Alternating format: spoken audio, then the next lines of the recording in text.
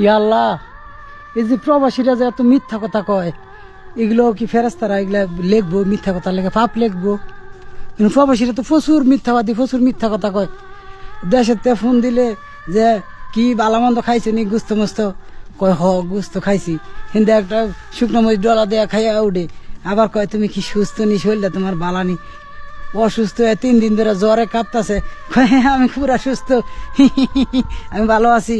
এই যে এরকম হাজার হাজার হাজার হাজার হাজার হাজার মিশা কথা কয়, পরে এই থেকে পাপ লেখবা আল্লাহ তুমি। আরো আছে এরা কিন্তু মনে করো যে এই যে প্রবাসী এই যে এই মিশা কথা কয় কি লেগে জানো? তুমি তো সবই জানো, তারপরেও কিছু মানুষ জানে না, তা করে লাগে একটু উদ্দেশ্য কই।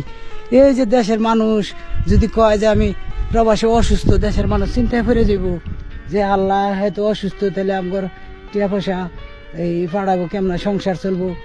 চিন্তায় চিন্তায় দেশের মানুষ আবার অসুস্থ হয়ে যেতে, একটা ক্ষয়ক্ষতি হয়ে যেতে।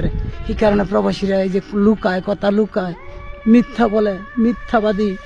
তুমি এই প্রবাসীগুলারা এই যে এই মিথ্যার পাপ দিও না, আল্লাহ মাফ করে দিও। এই মিথ্যাগুলো বাধ্য হয়ে কয় আল্লাহ তুমি তো সবই বুঝো।